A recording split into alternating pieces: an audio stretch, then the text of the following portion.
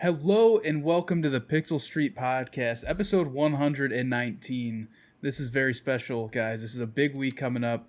We are launching our next gen week. For those of you that don't know, which I highly doubt is zero people listening to this, we have two brand new consoles coming out this week in the Xbox Series X, the PS5, and I guess that's three technically with the Xbox Series X, or Series S, sorry. But yeah, so this is kind of the first podcast of the week. We're going to have another one on Friday, as we always do. But for today's episode, we're just going to kind of recap last gen, current gen, however you want to call it. We're just going to talk about it. I don't know. We'll see where it goes. We're going to talk about some of our favorite games, some of our least favorite games, some of our favorite moments, some of our least favorite moments.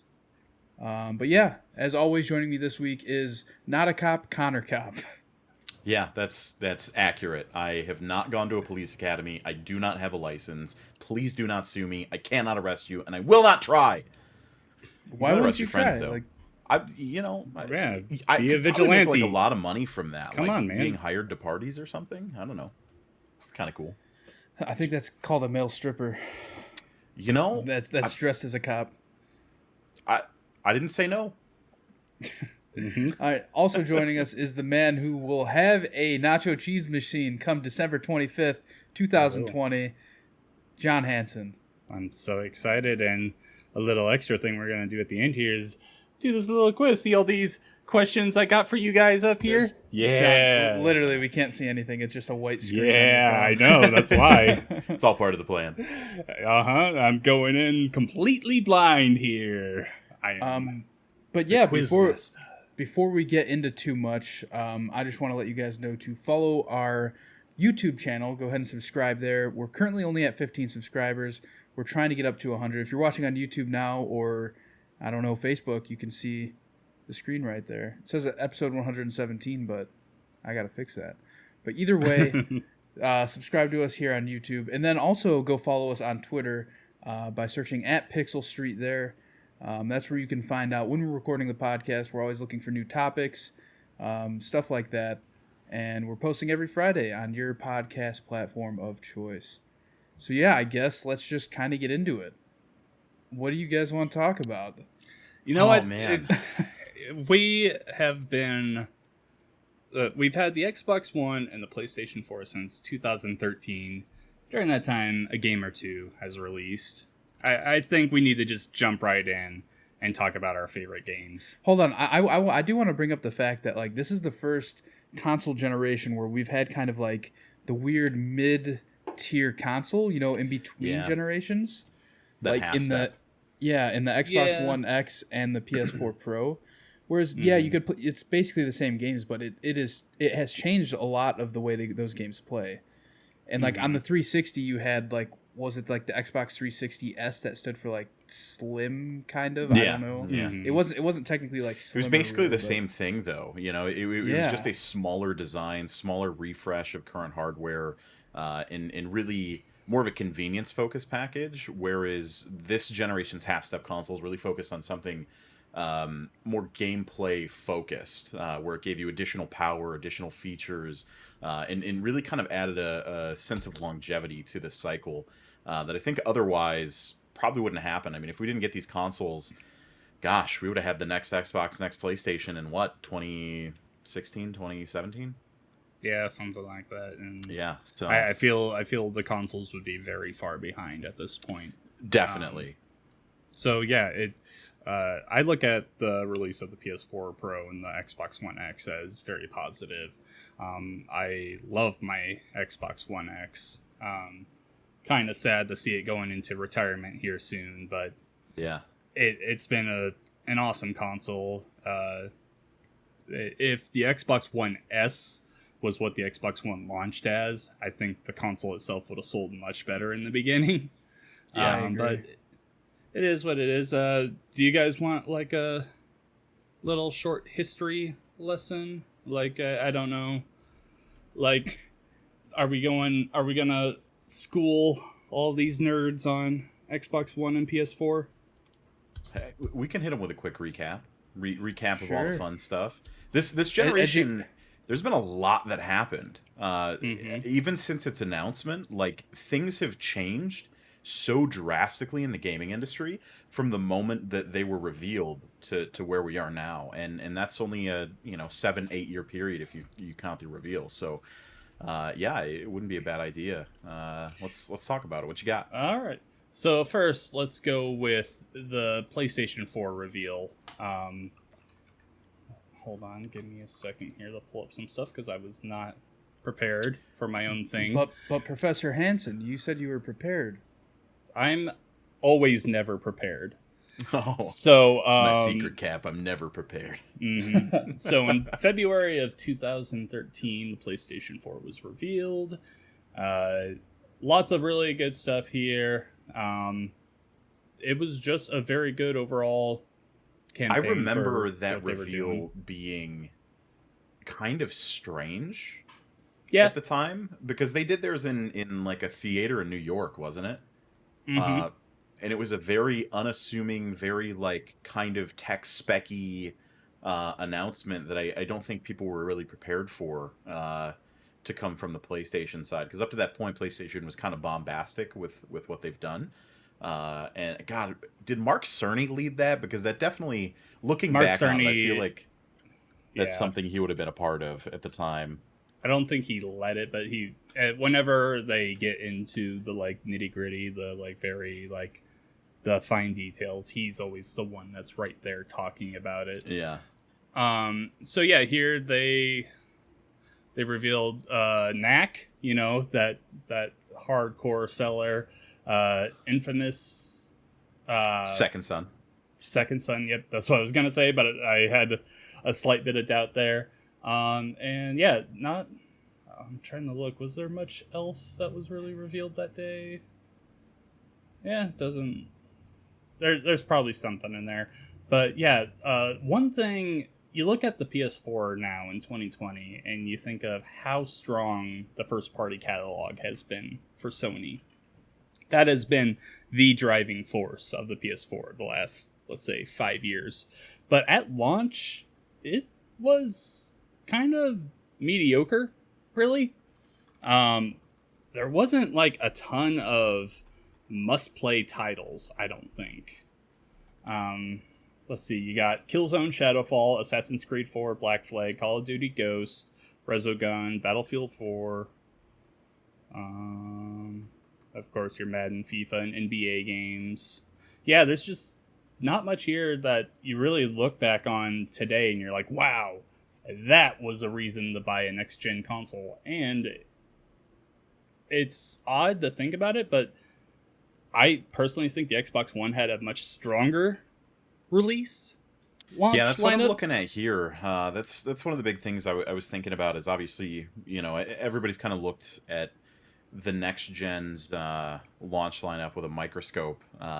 So it's interesting to look back, and I totally agree. I mean, Rise, Son of Rome, while I don't think was an incredibly strong title, it was still cool to see them do something different with that and kind of take a bit of a risk. I'm curious. I don't see Titanfall on this list. Was Titanfall 1 right Titanfall around 1 launch? was March. No. Yeah, that came out March. Okay, so it was a couple months later. Jeez. Yeah. Still, Dead Rising 3 is on Dead this Rising list. 3 was great. I know a lot of people aren't in love with that game, but I really enjoyed it. I 100%ed it and all of the DLCs for it. I really enjoyed that game. That was a game before I had played Dead Rising 1 and 2, but I wouldn't say I was like a huge fan of it. Dead Rising 3 really got me into the series, and then 4 killed it. But it was also kind of crazy at the time what they did with all the zombie hordes too. I remember that being like a big thing with it was how many zombies enemies they could fit on the screen at a time. With the power of the consoles, which was pretty cool. I do remember being pretty impressed by Forza Motorsport 5 at the time too. There's one thing I have to say, that is the game that taught me not to buy a game on graphics, because I bought it at launch. And I was like, man, this game looks amazing. It's so beautiful. You have to be insanely into racing games to like a Forza Motorsport game. I played it and I'm like, wow, this is boring. Yeah, Motorsport is not for your average driver. The thing I think that sticks out to me, and I don't know if you played enough of it to had the same feeling. But even back then, we had haptic feedback in the triggers. That was one of the big marquee things for Forza Motorsport 5, was that on the Xbox One, the triggers would rumble depending on the terrain you were on. Obviously, over time, developers didn't really support the feature, and I think it got nixed. You don't hear anything about that today, except for the new generation with PlayStation's controller. And I'm interested to see if Xbox continues it. But at the time, I remember that being like a huge wow factor for me. Like, oh my god, I can feel my tires slipping on the racetrack and losing traction. The big thing for me was the drivatars, because that was where that thing started. You're right. The drivatars are where the game sees how you race, and then when a friend or someone on your friends list is racing, like an AI version of how you race will be against them. And that's such cool technology, and they're still using it in the Forza games up until this point. Who knows about the next wonder how Forza. much of a power player that was for launching Microsoft's cloud focus.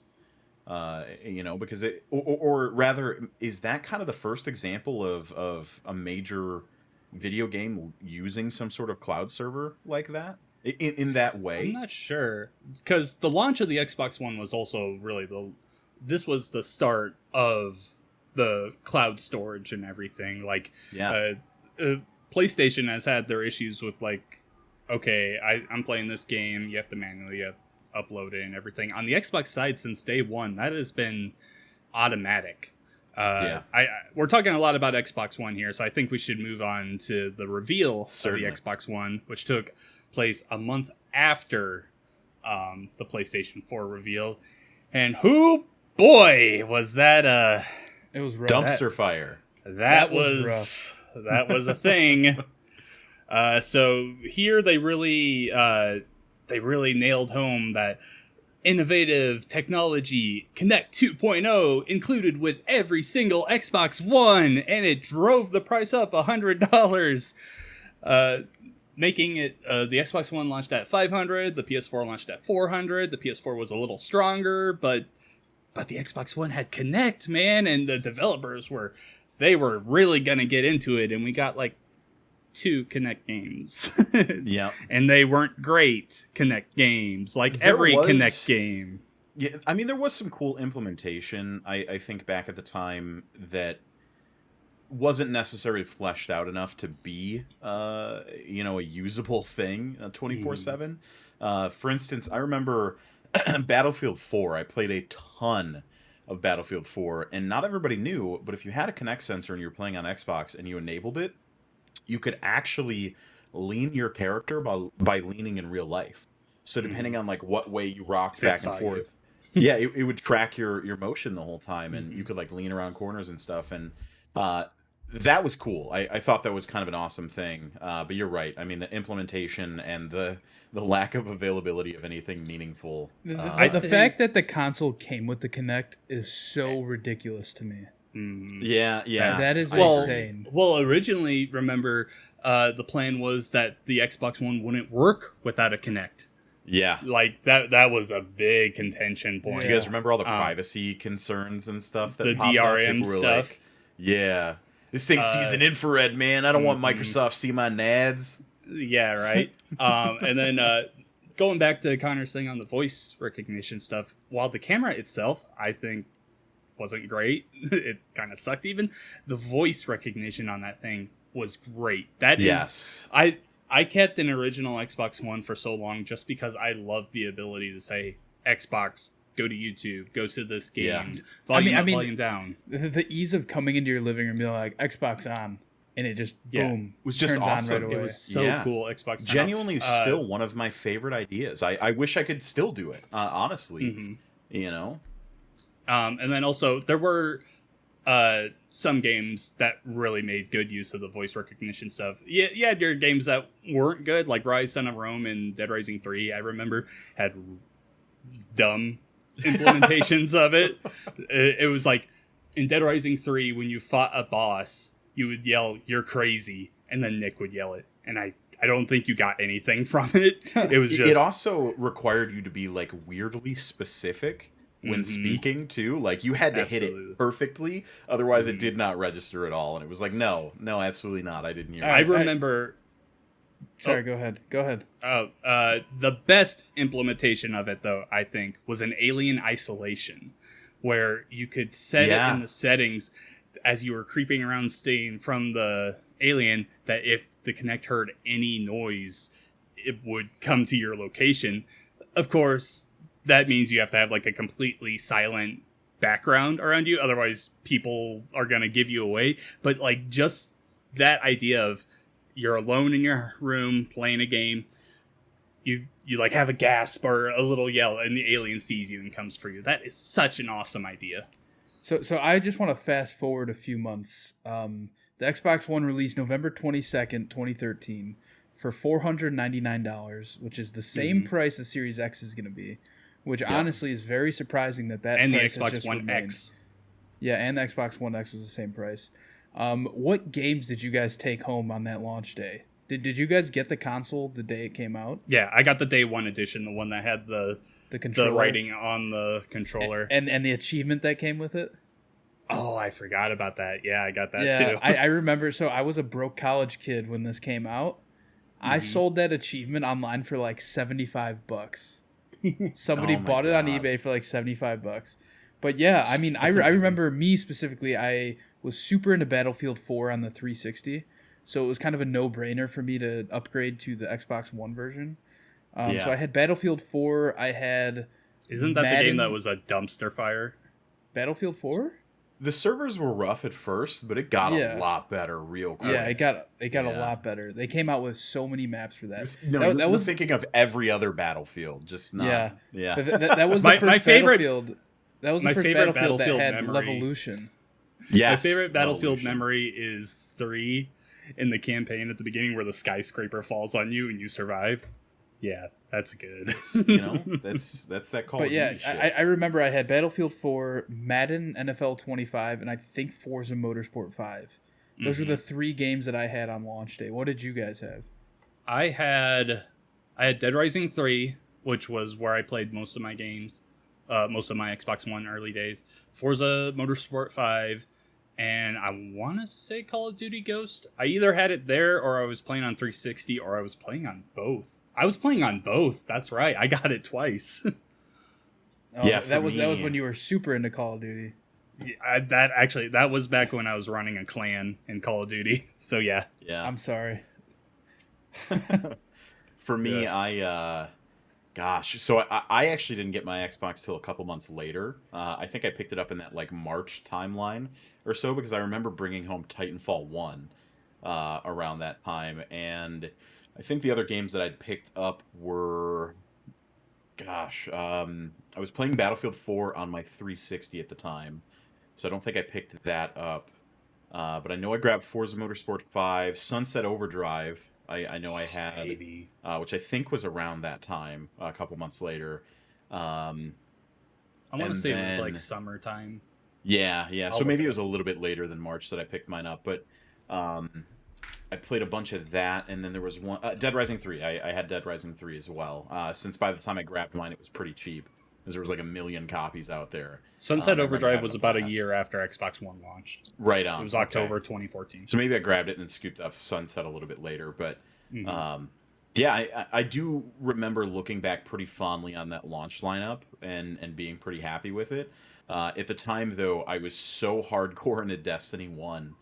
That's all I played, and I was playing on 360 because that's where all my friends were at the time. So I actually had an Xbox One for a good amount of time before I regularly used it. It just sat there and did nothing while I played my 360. That's kind of how it was for me and a lot of people from the jump from the OG Xbox to the Xbox 360. Because I know, like, for me, all of my friends were playing Halo 2 every day, and none of them had any will to buy an Xbox 360 until Halo 3 launched. So, like, for me, it was me constantly going back and playing Xbox One or original Xbox games just so I can be there to, like, talk with my friends who were all playing Halo 2. My thing was I was playing more 360 at the time of the Xbox One launch still. mostly because of the Call of Duty clan. Like I said, I put a lot of time into that. I do remember playing a lot of Ghosts. Ghost for as was much as very people big. shit on that game, I loved Ghosts. I thought it was into really it. good. Yeah, a lot of people rag on it. The campaign has some awful acting and stuff. Dad, you're one of them. Mm-hmm. You're a ghost.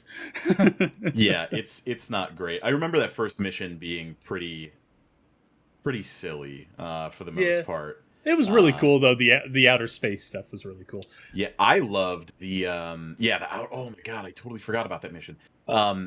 I was really into the what do they call it? It was their version of zombies with the aliens. Extinction, thank you. I was really into that too. Loved Extinction. Very cool take. Mm-hmm.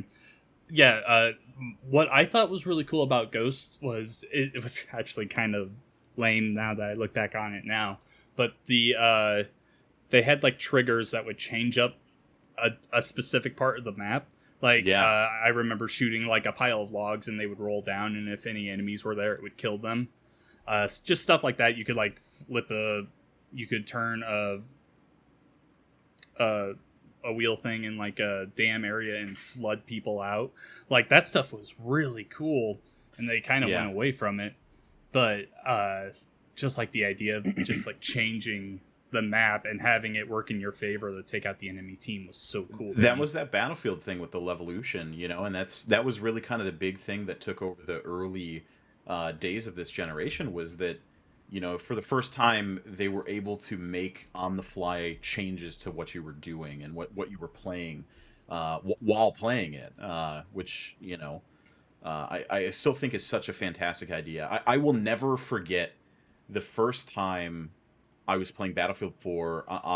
Everybody knows the map. I can't think of the name of it, but it's got that giant skyscraper in the middle of it, and just bringing it down, man. Like being a part of that was so cool, and we kind of take it for granted now, but man, I just remember that blowing my fucking mind. I remember there was a DLC map that had a Levolution in it where you had to shoot like throughout the map. There were like these like valves, I guess you could say, because it was kind of like in a dam where this map was, and if you shot all of these valves, the map would flood, and then you could no longer go in the streets.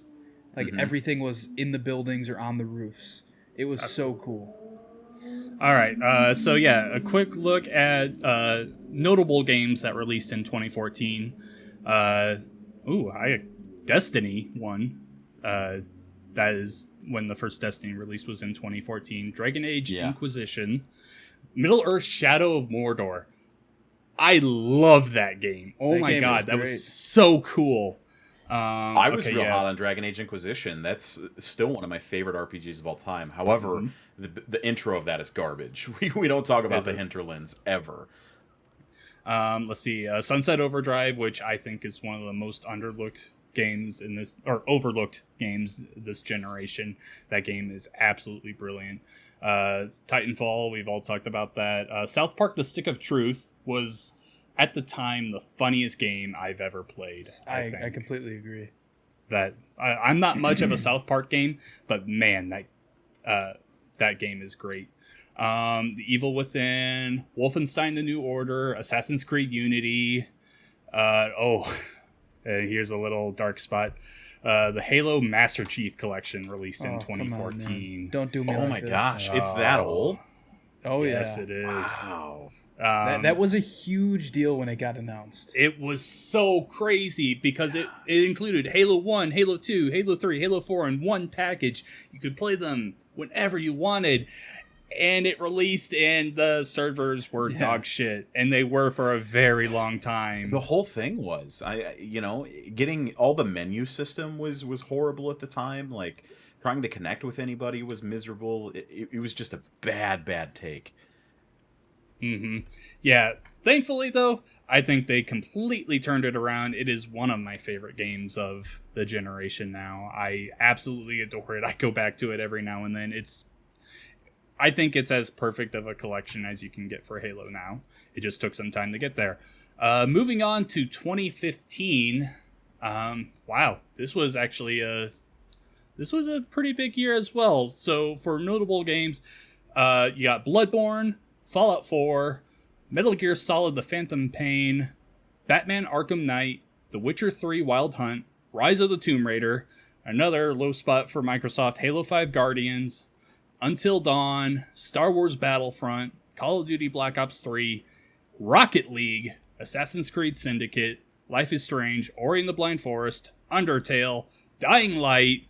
Like, you could just go on and on and on here. These are very good games that we look back on and you're like, wow, this is really good. Mortal Kombat X, Tom Clancy's Rainbow Six Siege, which is still going very strong. Just Cause 3, which is considered like the best in the series.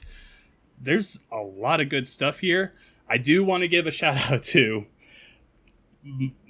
definitely the game I had the most hype for, and I played it, and I was so disappointed, and it still makes me mad to this day.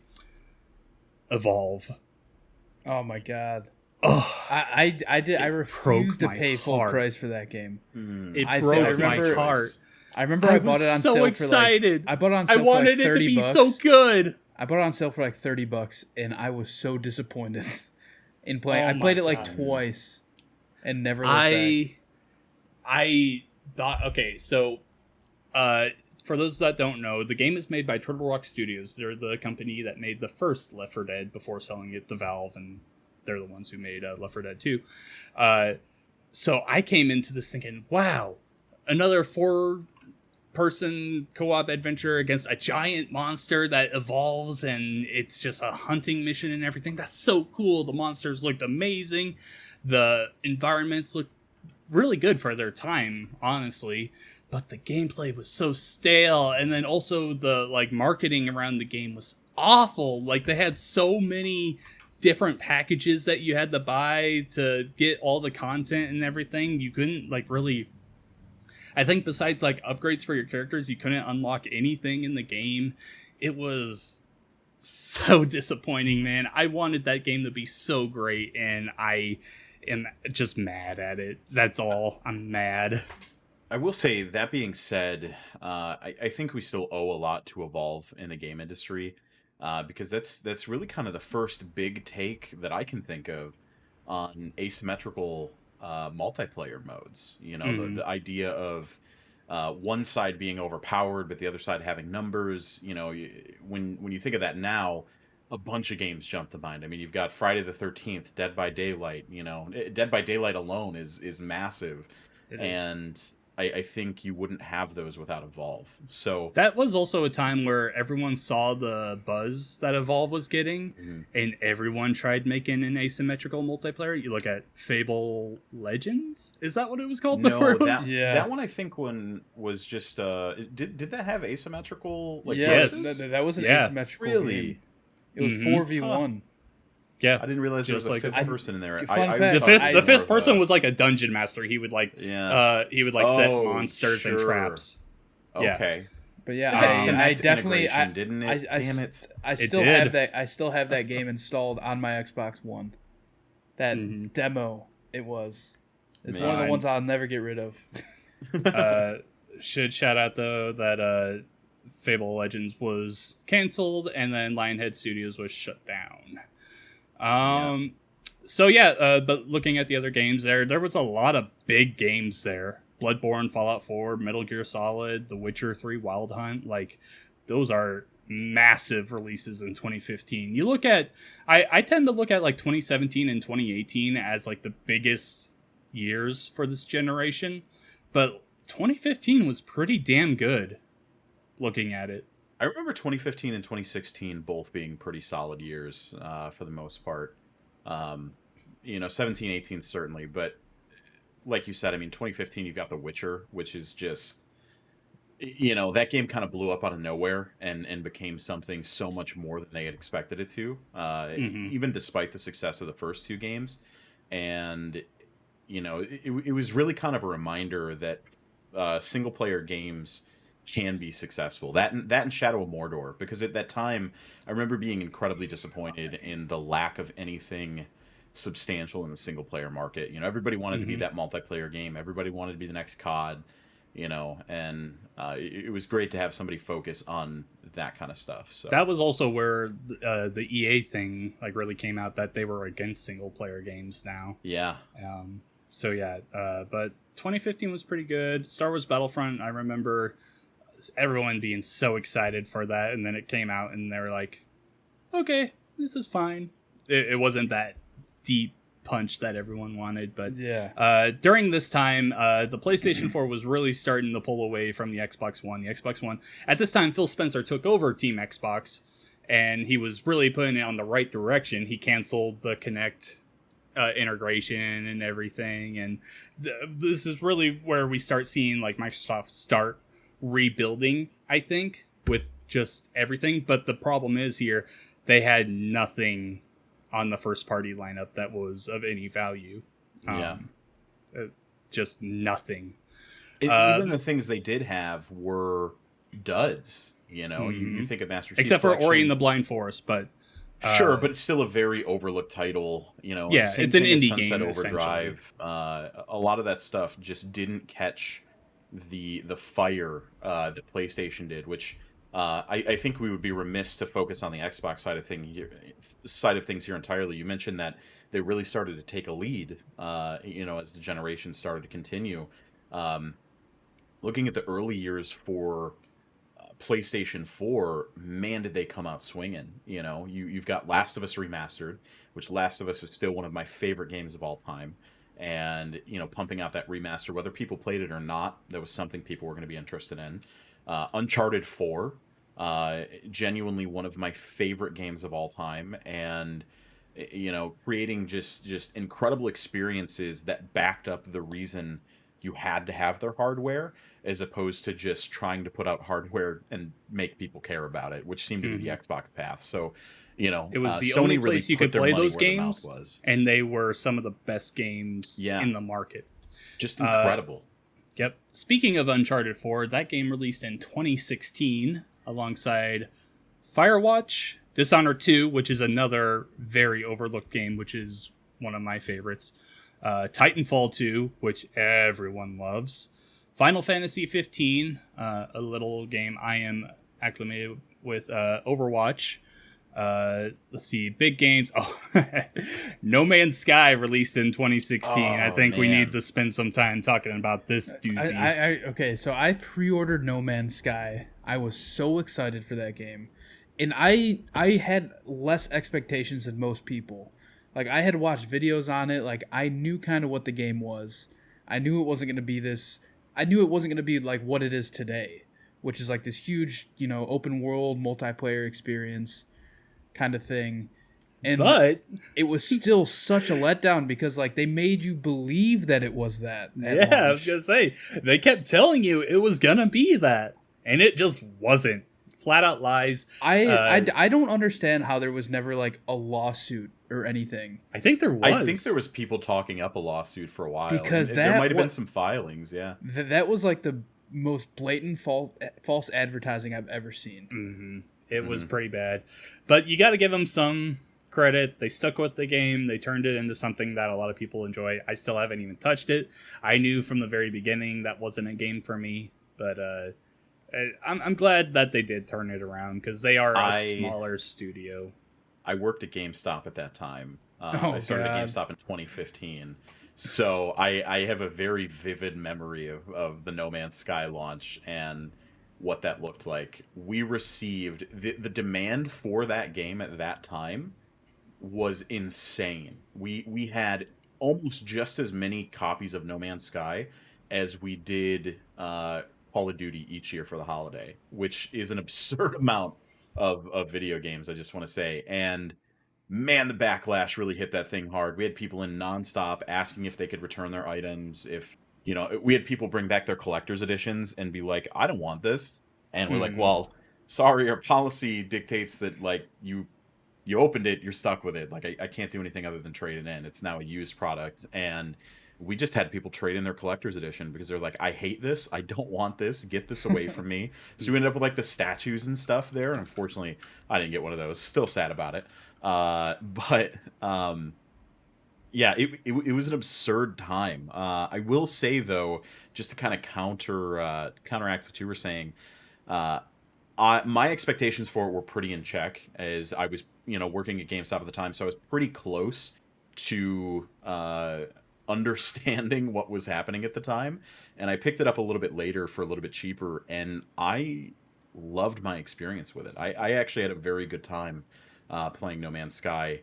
Uh, After I'd understood what it actually was. And Gotcha. but even then, I mean, like when I booted it up, I was like, man, this is not at all what this looked like on commercials and stuff. So yeah, weird time. Other key games that released that year: Battlefield 1, Doom, just Doom, Deus Ex: Mankind Divided, The Last Guardian, The First Hitman, Forza Horizon 3, XCOM 2, Gears of War 4, Civilization 6, Call of Duty Infinite Warfare, which had the most disliked trailer in history on YouTube or something like that. Still hate that video game. I never touched it. Nope, not that. The Division released in 2016, which had a lot of hype around it, and I really enjoyed it. Never You guys remember back. that trailer, the E3 trailer where he closes the door? Oh my gosh, door closing physics. Yep. Uh, Oh man. Probably the biggest success story though of 2016. I know this isn't like Xbox or PS4. This is mobile, and it has to do with Nintendo though. Pokemon Go completely took over that year. It didn't matter how big these games were. Pokemon Go transcended just video games in general. We won't spend any time talking on it since it's not Xbox or PS4, but just wanted to throw that in there. I do want to mention Pokemon Go is kind of an absurd thought to think about right now, in the midst of COVID and social distancing and everything. Like it almost seems surreal. Did you either of you guys get caught up in the Pokemon Go craze? Absolutely. Yeah, I still play every day. Yeah, Okay, same. all right. Yeah, me and So you Joel never still play left the pretty Pokemon regularly. game. Okay, Yeah. perfect. You guys are weird. So, yeah, like just thinking about it, and thinking in the town that I live in, it's pretty much a city. Literally every single night, you would find dozens of people just walking up and down downtown nonstop all night till like 3, 4 in the morning. People would just be walking, capturing gyms, catching Pokemon nonstop, and just thinking about that now, it's such a weird foreign thought. That game really kind of came out at the perfect time. Mhm. Uh, Life didn't suck as much back then. I want to go back. Yeah, they've been able to pivot that game so much for the times. Yeah, They which is cool. Yeah. All right. Moving on to 2017. This is, I think, arguably the PlayStation 4's like biggest year. You have Horizon Zero Dawn, Resident Evil 7 Biohazard, Destiny 2, Cuphead released that year, Nier Automata. This was also the big year for PUBG, Player Unknown's Battlegrounds. This was really where the battle royale genre. It didn't start here, but this is where it exploded. Yes. Yeah. PUBG. Yeah, H1Z1 was the one that I think made Yeah. the genre super popular. Yeah, PUBG is still. I did a list recently of the biggest, the most selling video games of all time, and PUBG is like number 4 or 5. It's insane how much large that in sold. Asian markets. It is still one of the most popular games over there to this day, even in the face of a small little game that I'm sure you're going to get to here in just a moment, that pivoted from what it originally was. And Yeah, let's just jump right into it. Fortnite. Sure. Yeah, Fortnite started out as it was. I remember reading articles about Fortnite in 2011. I remember just looking at it like, at this time I was huge in the Minecraft. And I'm just like reading this. I'm like, oh, this looks so cool. You build up a base and you protect yourself against the storm of monsters coming at you. This is so awesome. And then it released and it was a dud. Like it wasn't bad by any means, but like no one was like, okay, this is amazing. Then Fortnite took the shift to Battle Royale. And that was where, I mean, we're in 2020. You all know what happened. yeah, Yeah, just completely blew away the competition. No one else has even come close to the popularity of Fortnite since then, I don't think. It's pretty ever insane since then, what they it's were been doing. companies just chasing that dollar sign, the battle royale dollar sign, trying to hit that same success that Fortnite had. And it's quite a few games have kind of built up quite a big following, but I don't think that anybody will ever touch the monolith that Fortnite has became. It's just what they're able to put into the game constantly. They have concerts and trailer reveals and everything like in the game. Movie clips. I've never been huge in the Fortnite. I remember playing with Joel because this is around the time me and him were both writing for that video game blog, and where we met each other. And I remember we were playing Fortnite, and I'm like, I am awful at this. I'm not in the battle royales. Joel's over here like sniping people and dude, everything. I was super into Fortnite for a while there. Like I was streaming it like every day, every weekend. There would be times when I would have like over 100 viewers watching me play Fortnite. Mm-hmm. Give me your best Fortnite dance. My best one. Do it. I could do the. No. Do it right now. But yeah, I used to Joel, have over 100 people for us. watching me at times, and I just burnt myself out on that game so much, and it got annoying, honestly, streaming it because it was all little kids watching me, and so I had to like censor myself all the time, and then like these kids would find out what my gamer tag was, and like I could literally pull up my messages on Xbox now, just hundreds of messages from kids like, "Hey, can I play? Can I play?" Like I would have to like mute my notifications. It was rough. But I mean, I enjoyed the game back then. But now they've done so much with it to where if I were to go back, it would feel like a completely different game almost. Like I said, I was never huge in the Fortnite, but I will say probably the coolest moment of this generation, I think, was when they had their season 1 ending thing where everyone got sucked into the vacuum of space or whatever it was. Yeah. Remember that? It was that is such a cool thing that has never happened before. Those type of live events, yeah. I mean, you haven't seen anybody really crack the code in the way that Epic did in number one, updating. I mean, I totally agree. It's nonstop content all the time, which is awesome. But number two, bringing some kind of live experience on that level of interactivity in the same way that they have. Destiny's tried it with a few of their events. Call of Duty, I think, has done it a few times, but nothing. And that's the thing for Fortnite for me. I'm not into the game at all. Never was. Not my thing. But I can absolutely respect what they've done there because it really is an incredible achievement to do what they've done. Absolutely. Okay. A couple more games here that were notable. Assassin's Creed Origins. This was where the series really changed from what it was before into more RPG. Uncharted: The Lost Legacy. Wolfenstein 2: The New Colossus. What Remains of Edith Finch. Prey. Call of Duty World War II. South Park: The Fractured Butthole. I still remember that game. I wasn't crazy into it, but I just remember working at Disc Replay at the time, and it released, and just constantly getting the stupid prank calls. Hey, what's the sequel to the South Park game? The Fractured Butthole. Click. Literally, they would do that? Yeah, I had it happen. No, I can confirm. It happened all the time. It was so annoying. Like, cool, good job, kid. Yeah, I was at my old store with GameStop then too, and yeah, no, 100% can confirm, cackling children all the time. Oh my Absolutely. God. Okay, Sonic Mania, Middle Earth: Shadow of War, which was kind of a disappointment. Hellblade: Senua's Sacrifice, and then Crash Bandicoot: The Insane Trilogy. Crash Bandicoot made his comeback there, and that was a pretty big game. And then Star Wars Battlefront 2 and all the controversy around loot boxes and just how that was really the turn for microtransactions and loot boxes. That was the point where everyone was like, that is not how you handle this.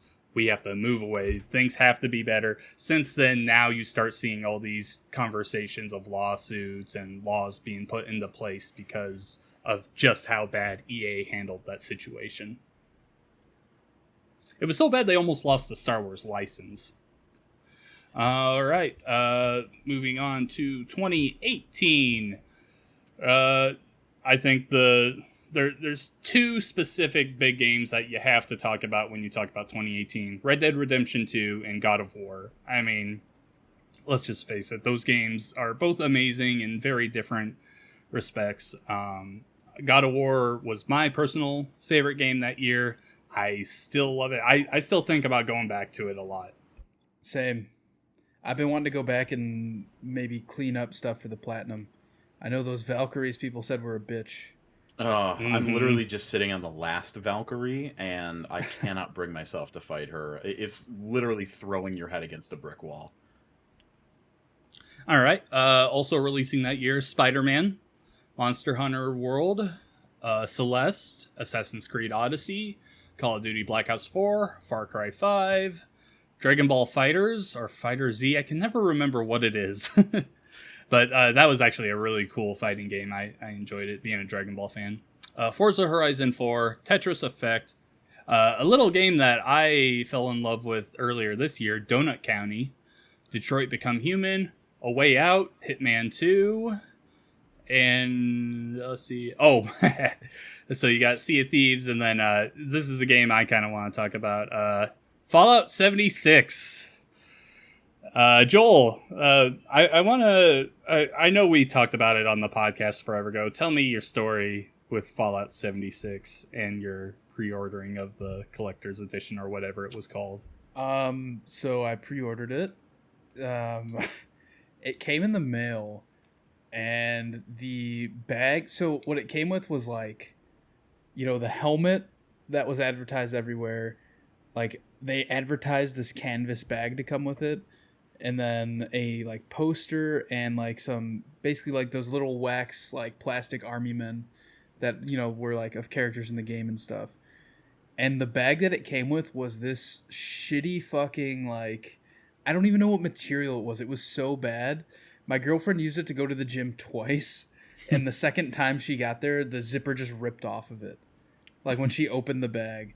So yeah, it was a whole thing where they like had a whole like kind of refund. It wasn't a refund. It was like a exchange program where you would verify. I remember I went on the Bethesda website, verified my purchase by like submitting my receipt, which was like an Amazon screenshot or something.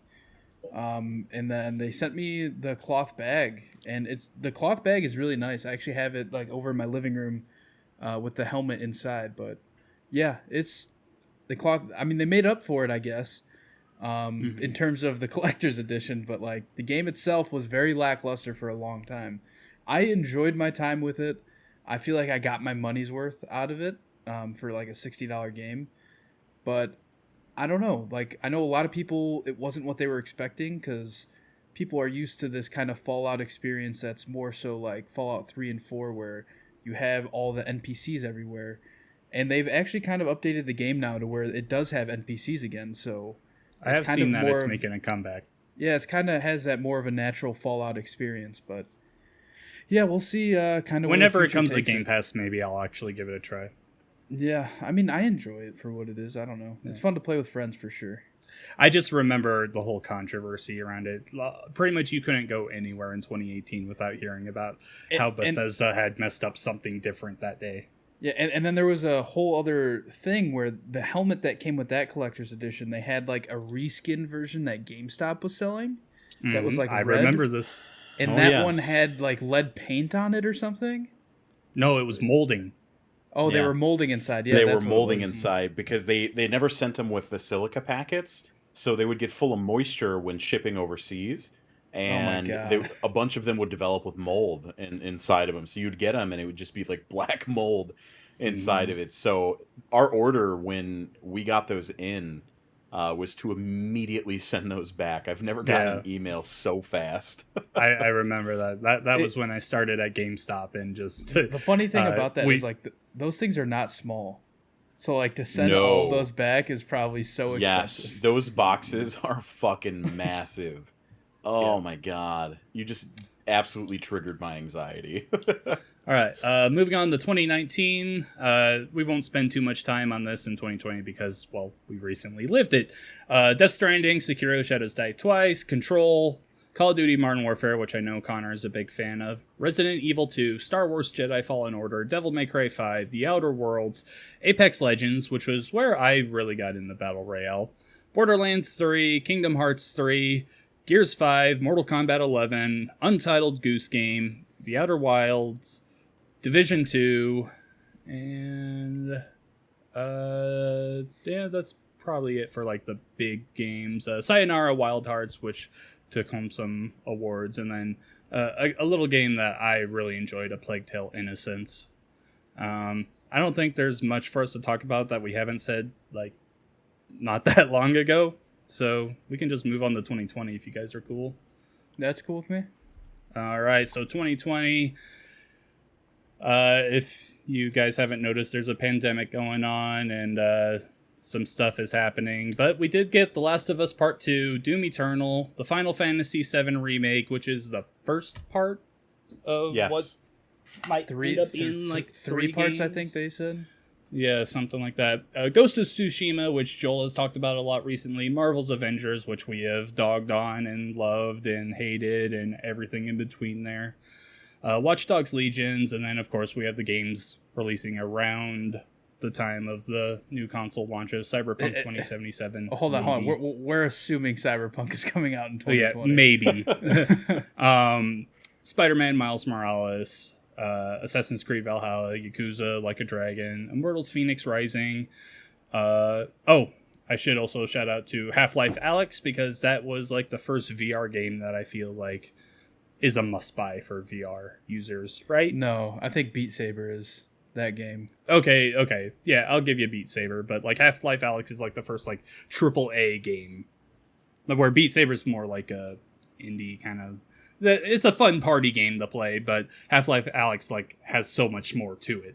Yeah, I'm not saying one's better than the other. It's definitely the first like story-driven VR game. That's what I'm trying to get at here.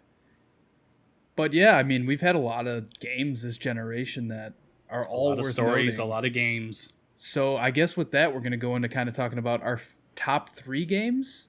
Yeah, let's do it. Top 3. I'll start because we already talked about one of them. I'm not putting mine in any. I'm not putting mine in any particular order. Because he's a coward. I'm a coward, all right? So one of mine is Sunset Overdrive. I loved that game. That game's so good. Like, the art style, the gameplay, the traversing in that game, like it had such Jet Set Radio Future vibes to it when you're grinding on like those power lines and everything. Man, I played so much of that game. Like the humor in that game was great. Mm-hmm. I don't know, man. That game was like a 10 out of 10 for me. I absolutely love Sunset Overdrive. I think Sunset Overdrive walks so Spider-Man could run. That was such a perfect jump-off point for Insomniac and everything. Yeah, I really Spider-Man is a notable. We see something with that IP in the future because it was so cool, just incredible. Yeah, I loved all the comic things, the like pow, zip, zow, and then the death animations, and I mean the respawning animations were so great. There was like 50 of them. You could get a random different one, guns in there. I mean, all the guns were great. I just remember one mission in particular where it was like you have to do something by like jumping on a car, and like it would kill a bunch of like those zombie things. I forget what they were called. But like I remember every time you would jump on a car to kill zombies, like the announcer would be like, "Super bounce" or whatever he said, and they'd be like, "Super mega bounce." And every time he did it, he would just add another word to where it was like him saying like 12 words before saying bounce. It was so funny. That game was so great. Connor, what's your number 3? Oh man, I agonized over this list, and I am actually going to make an adjustment to it right here at the end. So I'm going to put Firewatch at my number 3. It's a game from Campo Santo. It is in layman's terms, a walking simulator for it, but it is such an incredibly well-built experience that it genuinely ended up being one of my favorite games of this generation. Obviously, I mean, it's on my list. So it launched in 2016. And then there was actually a re-release of it on Switch in 2018. So if you're looking to play it, give it a shot. But it's a very hyper stylized, like cell shaded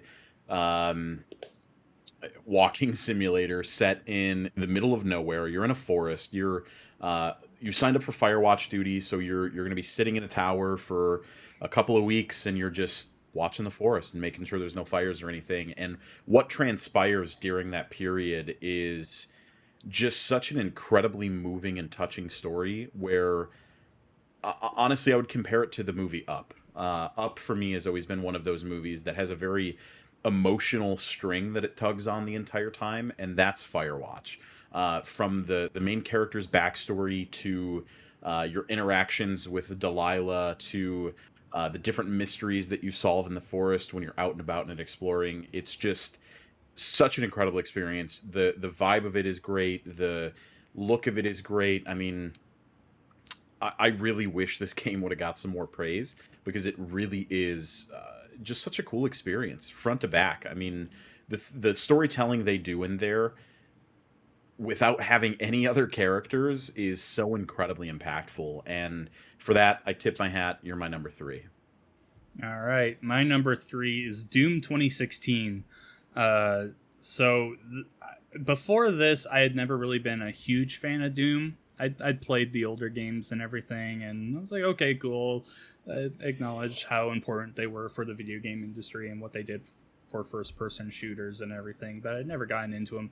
And I remember not really knowing Doom 2016 was releasing until like a month beforehand, and the beta dropped, and I played it, and I was like, oh no, like this, I'm going to be putting a lot of hours into this. It was so much like Unreal Tournament, the multiplayer was, and I loved every single second of it. The story itself was amazing. The gore, rip and tear, like I absolutely love this game. I thought about putting Doom Eternal in here, but the thing that pushed that one back for me is the multiplayer, how they completely took it out and replaced it with what they call battle mode, which is just 2 people playing demons against 1 Doomslayer, and it's not great. I definitely do not like it at all, and I wish they would have gone back to what they had, but it is what it is. Doom 2016 is absolutely brilliant. Let's talk about that soundtrack, man. Oh, baby. Crazy, man. So good. One of the best soundtracks of all time, period. Absolutely. Moving on to my number 2. For me, I'm going to give it to Celeste, because that is a game that hit me completely off guard. Like, that's the type of game that I don't typically enjoy. And something about the way that game is written and the music in that game, it hit me so hard in the feels. It's crazy. Like, I was so determined to beat that game. Even with how challenging it was. Like, typically when a game gets as hard as that one does at times, I'll just give up. Like I'll feel no investment because I think I played it on Game Pass. I didn't even buy it. So, like, I literally had 0 money into it, but I was so determined to beat it just because I wanted to see the story. Like, I needed to see how it ended. I don't know. Me and John talked about this game a lot on the podcast previously, and I don't know. I thought the story just like was very perfect for what the game was. It told such a good story about, what's the main chick's name? I can't even remember. Madeline, yeah. And she's climbing Mount Celeste, and it just kind of focuses on her travels, and her like kind of mental illness that she's dealing with, and she feels alone through the whole thing. So I don't know. I thought it was a really good story. For me, as somebody who, like, I don't really have much anxiety or anything, that game gave me so much anxiety with, like, the intense music and the challenge of, getting those strawberries and, just beating the levels and everything. But, yeah. Just a quick honorable mention before we jump into another one. But a game that gave me a very similar feeling was Getting Over It with Bennett Foddy. The pot and sledgehammer game. Yep. Did you play that? No, I don't even know what that it looked dumb and it looked bad. It was not dumb. It really was an interesting experience. But you want to talk Get about that out of here because we're talking Celeste. I'm jumping in here because Celeste is also my number 2. favorite nice. game. Oh, geez. Okay. Because pretty much everything Joel said, the story in this was amazing. As a person that I have fought anxiety my entire life, and it's really affected me badly. I was held back in kindergarten because I was too afraid to talk to people. I dealt with so many stomach issues for years that really held me back and everything. Celeste is a special game. It is absolutely the perfect game for someone like me, a person that like really loves platformers, and there's the challenges, and oh man, that soundtrack is just absolutely beautiful. It's Madeline good. Yeah, Madeline is an awesome character. Recently, the guy's name, Matt Thorson. I guess I shouldn't say guy. Matt Makes Games. Matt Makes Games. He like recently came out and like really talked about how when he was writing Madeline, it was like him, and he came out as transgender and showing that Madeline is transgender, and that's cool. That's awesome. Yeah. That's He goes by Maddie now. Yeah, he goes by Maddie. Okay, cool. Yeah, that game is special. That's really all I have to say about that. The relationship between Madeline and Theo, the like conversations with the darker side of her, and just that platforming is so good. And I love that game so much, man. It's great. It's been on my list forever, but it might shock you to hear that I haven't played it. Dude, it's on Game Pass now. I did read that article though with Maddie, and when she talked about, apparently it's been a thing in the community. Like people have wondered for a long time whether or not this was like a trans story or so, and its ambiguity, I think, lends to good storytelling because people can kind of interpret it in their own lens, which I think is important to good storytelling. But that said, reading that article definitely made me want to jump in and give it a try. So I think on your recommendation, I'll have to take it. Absolutely. Give it a shot. What's your number 2? So I agonize over this one. I'm going to move one to the honorable mention, and I'm going to say Uncharted 4 is going to be my number 2.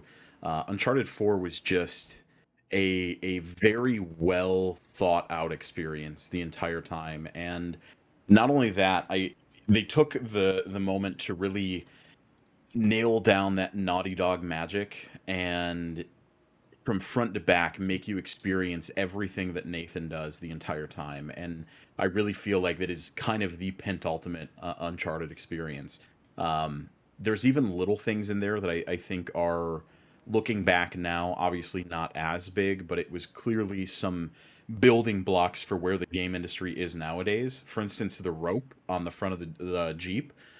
Their big thing in marketing was that rope will never cut through anything. Like it's never going to like pass through Nate or something. Like it just showed that they really had an extra level of attention to detail that other developers might not have taken the step for in the way that they did. I mean, he just passes it behind his back, and it's silly to focus on a rope, but that entire game is just a wonderful experience front to back. The tutorial mission where you're set up in the house with the Nerf gun and you've got to shoot all the different targets and stuff is incredibly charming. To the Crash Bandicoot throwback that I think is responsible for Crash coming back, in some way, shape, or form. And all the way to when the credits roll and it plays this game's very old, so I'm going to spoil it, but when you're in that beach scene and you take over Nate's daughter for a short time, it just, the story it tells is so incredible and so awesomely human that for me it's a very important video game. Just in terms of technology, advancements, storytelling, and everything they set out to do, they absolutely nailed with that game. And for me, it's number 2. I played through all 4 of the main Uncharted games this generation for the first time. And yeah, I think with every single game, they get better. The first one, definitely kind of generic. It didn't number age 2, well. Uncharted 2, a lot of people still love and say it's their favorite. It was okay. It was better than 1, but I was like, Uncharted 3, I really enjoyed. I really liked that game. And then I got the Uncharted 4, and I was just blown away. That game is everything you said. It's really good. It's great. I love the animations. This was like really the like animations you see in The Last of Us Part 2 are unmatched. Absolutely, I think, in my opinion. But Uncharted 4 was where you could see Naughty Dog like take that next step, and this is like, oh, this is a cinematic. This could be a cinematic masterpiece. Yeah. Yeah, I mean, when even just watching that game is such an incredible experience, to see how characters interact with the environment. I totally agree. I think the groundwork for Last of Us Part 2 was laid entirely in Uncharted 4, because they stepped up their game in a way that I don't think anybody was expecting, especially coming off the heels of, obviously quite a few years prior, but Last of Us, just back-to-back bangers, man.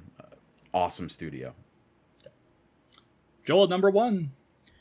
Think me, about it. Your absolute favorite game, because you put these in a list.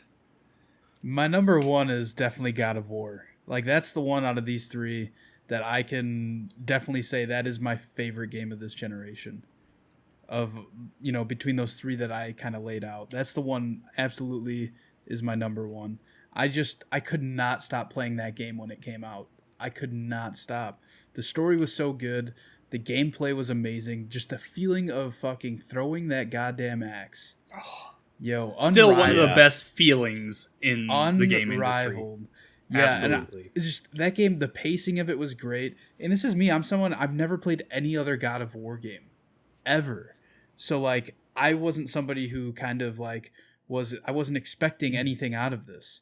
Whereas there were people who, were big fans of the old God of War games, but, obviously that the way they were running, I guess, were just kind of, it was worn out in a way. Because, like, they put out so many games so quick, all with the same kind of, like, angry kind of feeling and style to it.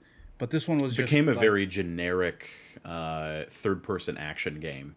Yeah, but, like, this one, like, not having played the other ones, it was great. Like, just the story, like, you're an old man Kratos, essentially. You're with your son the whole time. The number of times he says boy, phenomenal. Boy.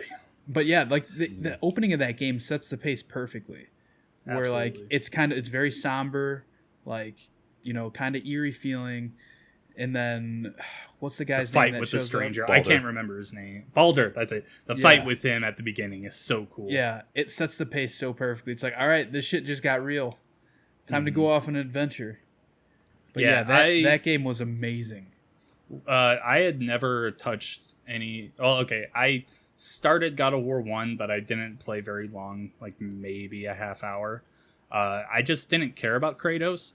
God of War made me care about Kratos. It completely reinvented him. Like, and that was the thing. It reinvented him, but not with a reboot, but like continuing the story, which was so crazy to me. You said he takes care of Atreus. He's a pretty good side character there. There is definitely a section of the game where I'm like, I hate Atreus. But that's a different conversation. That game is great. My only problem with it is the boss fights. Well, the too many fights against the, like, troll things, because it's just the same exact fight over and over. You do it like 5 or 6 times throughout the campaign. Other than that, though, that game is absolutely brilliant. I'll jump in here and take... It's a 10 out of 10 for me. Easy. I'll take next slot because God of War is also my number 1. I want to say real quick, I think I gave it a 10 out of 10 for that video game blog when I reviewed it. Yeah, just, what you said is absolutely correct. It's from front to back a great experience, exploring Kratos' relationship with Atreus all the way through their trials and tribulations on this journey that you get sucked up and wrapped into, and you just end up so much more invested in these characters than you expected to be throughout their entire journey, and it doesn't really try that hard to make you care about them. You're really almost a passenger along in this story where you're just riding there, and the whole time is just I'm still in shock. The writing that game has, front to back, the lack of any kind of cutscenes, the nonstop flow that game has. It's one of the first games that really made me feel like a real-time video game isn't a bad thing.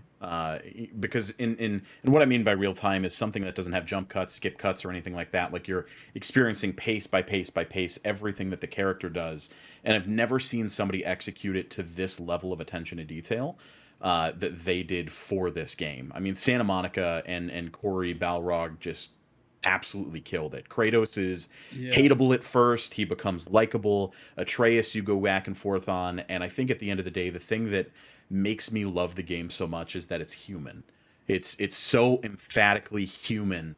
Its entire course, and these aren't even human characters. I mean, they're meant to be gods, but you really explore the psyche of these characters, and it's so much more than just a action game or a hack and slash or a shitty puzzler or anything else that it tries to be, you know. And for that, I couldn't think of a single other game that I would stack anywhere near it this generation on the Xbox One and the PlayStation 4. Yeah. The idea they had for it was that the whole thing was essentially one take. Like, it was meant to feel like everything you were watching was just all the same camera, just going through the whole game. Yep. From playing the game to going into a cutscene, it was just seamless. And they fucking pulled it off, man, with no cuts. It's really amazing when you consider just how close they were to, like, just canceling Kratos in general. Like, this was the game God of War needed, otherwise God of War isn't around anymore. And needless to say, I'm really fucking pumped for that sequel to come out. Yeah. Looking back on it, I really can't even think about things that I didn't like on it. I mean, the loot system was fine, although it wasn't my favorite part of the game. It wasn't great. Yeah. I had no complaints whatsoever. I don't think it was overbearing. I don't think it was an issue. What are their names? Brock and Sindri, the vendors. How could I forget Brock and Sindri? I love Brock and Sindri. They were pretty cool. You know, everybody involved in that story is so fleshed out, and they all have their own motivations, and it's very clear that this is a living, breathing world that Kratos and Atreus are journeying through, and I was so glad to be a part of it. Cool. All right. No surprise, my number one is Overwatch. Saw that coming. Yeah, I've just put countless hours into the game.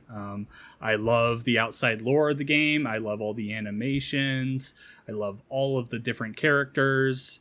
I love everything about this game except for the online community, but I'm not going to put that on the game itself. I was going to say, isn't that like 90% of the game? That is, but you can mute people. I am talking about just purely the game here. I love it. I love the way the characters interact with each other. I love all the little hints they put into the environment for the lore. Everything about this. I'm still holding out hope that we get that Netflix Overwatch series that was rumored a year ago, I think, or maybe it was earlier this year. Overwatch is easily my number one for this generation. I would certainly put it pretty high on a list. Obviously for me, I don't have the same connection, but you want to talk about storytelling, man. For a game that effectively has no story inside of it that you can play through in a traditional sense, it is one of the most well thought out universes I've ever seen. From their animations to their comic books to their cutscenes that they have introducing seasons and stuff, it's just wow. Yeah, I agree. Overwatch is incredible. You know, I don't play a lot of it anymore, but all of the characters feel like they matter. You know, there's nobody that's left behind. Yep.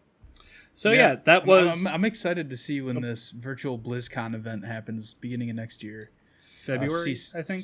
See what Overwatch 2, what kind of update we have on that. Yeah, there's a rumor that there's going to be a beta that launches alongside that, and I think I saw a leak that it's supposed to come out in like March or April, something like that. I could be wrong on that. What's that? For another Overwatch. We're due for 2.0. Oh, Overwatch 2. Yeah, I'm very excited for it. So yeah, that's all of our top threes individually. Let's take a few minutes here to like really go into some honorable mentions. We definitely have missed some games. Is there anything that like what else was on your guys' list that you didn't include? Joel, you want to go first, or you want me to? Yeah, I'll go. Like one of mine is a game called That Dragon Cancer. I don't know if either of you played it. I haven't played it, but I know about it. It was a very kind of story-driven experience, I'd say. It wasn't long. I want to say it was like 2 or 3 hours. Where you're... So the creators of the game, I can't think of their names, but they made this game because it was based on a true story. So they had a son who had cancer, and this is a game that they made of how they felt at certain times through their son's life. It's like kind of making me emotional because it was a very emotional game. Like, I don't know how to describe it. It was just such a good game for what it was. Like, they made me, as somebody who, like, I've never experienced something like this, like, kind of understand just a little bit of how they felt as parents experiencing this with their son. But yeah, that was an emotional wreck for me of a game to play, and I definitely should play it again because I've only played it the one time, and I haven't had the guts to go back and play it again. But that game was great. Anything else you want to just throw out there, like just game titles? I mean, Spider-Man for sure was an honorable mention for me because, like I said, I love Sunset Overdrive, and Spider-Man is kind of like the evolution of that in a way. It is. And yeah, so I love Spider-Man. I got the platinum in that. Love that game to death. I don't know. There's just so many games. Like there are. Like I played the fuck out of Fortnite, so I guess that's kind of one too. Like I played a lot of that. Yeah. I kind of have to throw it in there just because of my hours played. Yeah, I don't know. There's so many good games this generation. Connor? Yeah. Oh, no, sorry. Were you still going, Joel? I was just going to say, not to mention the games from last generation that I finally played this generation, like The Last of Us. All the Uncharted games I didn't play until I got a PS4. So, yeah. Yeah, I mentioned one of them earlier, Dragon Age Inquisition. Fantastic RPG, front to back. I mean, it's another great world-building exercise that I spent a lot of time in. Aside from that, Donut County absolutely Donut has County, to be one of those games that I mentioned. I have Donut never County had a better hour of game time in my entire life than Donut County. It's so simple and yet so relaxing. Effective. Yes, it's you know, the premise for it is nonsensical. It's a bunch of raccoons that control basically a black hole in the ground that pulls a bunch of stuff in, and you control the hole. You're just dragging this hole around. And when I first heard about it, I was like, man, that seems kind of silly. But as a puzzler, it's interesting enough where you it's almost the Katamari Damacy thing where you have to focus on little things to grow to larger things, and that's really the premise for this whole. But the story it tells throughout is very whimsical, very silly, and it's really just a wonderful exercise in what games can be when they don't take themselves super seriously, you know. And so for that one, yeah, absolutely incredible video game. And the last one I'd mention, I'm sure there's plenty more that I can't even think of. Obviously, Spider-Man, you know, all the great games of the generation. But I would put Untitled Goose Game on there. Again, very whimsical, very silly, very funny. But I found that some of my favorite video game experiences over the past, majority of a decade have been these types of indie experiences that push the boundary of what it is to be a video game. And what video games can focus on, what players can do and interact with, and those two games to me kind of push the envelope pretty far, for that stuff. I would probably put A Way Out up there too. I think A Way Out's real cool. I certainly don't think it's one of the best games of all time, but that idea of bringing back multiplayer in that way and being intrinsically focused on a two-player experience is just really cool, and I love to see that type of innovation from the indie scene, because obviously I don't think the AAA scene's hitting that very hard these days. unfortunately. But yeah, those three in particular really stick out to me as some of the other great games of this past generation worth talking about. Donut County is a game that I've been wanting to play since it came out. I just never got around to it. It's so good, man. It's like an hour and a half at most. It's not a long experience. It's incredibly relaxing, like John said, and it's funny. It's genuinely funny. That game made me cackle a couple of times. It's good. Yep. I'm gonna go right into A Way Out because I think it definitely is one of the best games of the generation. Sure.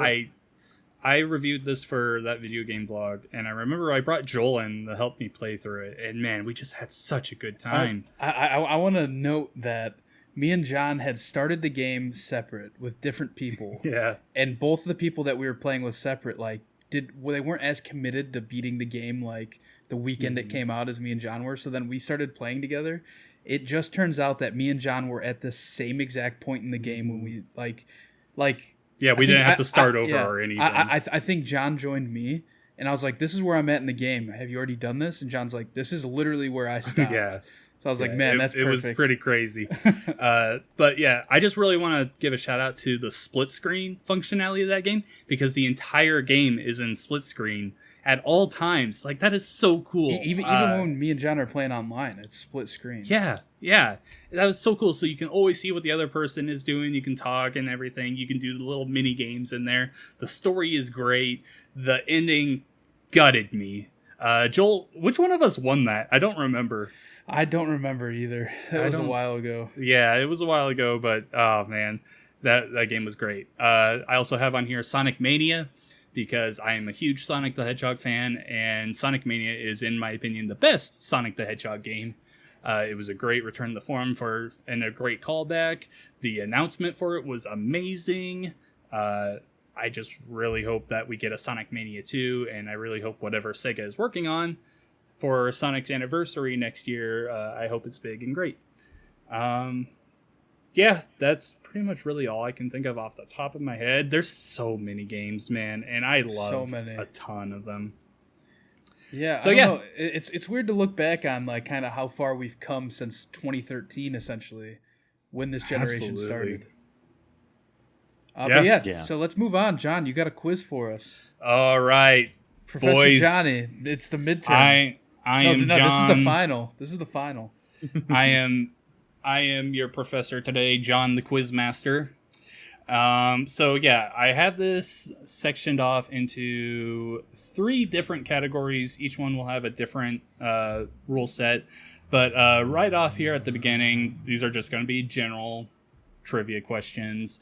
I'll ask the question. I'll go to one of you. Both of you will get a chance to answer. But I'll alternate so it's not always like the same thing and everything. And I've got my tally right here for your scores. You guys ready? Yeah. Yes. How many questions we got here? Just out of curiosity. Sorry, what? How many questions are there total? 316. Yeah, that's what I'm getting at. There's quite a few, but they're not. It's nothing too terrible. But guys, do you guys think you know the PlayStation 4 and the Xbox One? Definitely, I think I do. I definitely know the Xbox more than the PS4. I know of them. I've played them. All right. So question 1. What video game character was made into a drone and flew the Snoop Dogg to deliver a copy of their game? We're going to start off with Connor. A video game character was made into a drone and then flew to Snoop Dogg. Oh, God.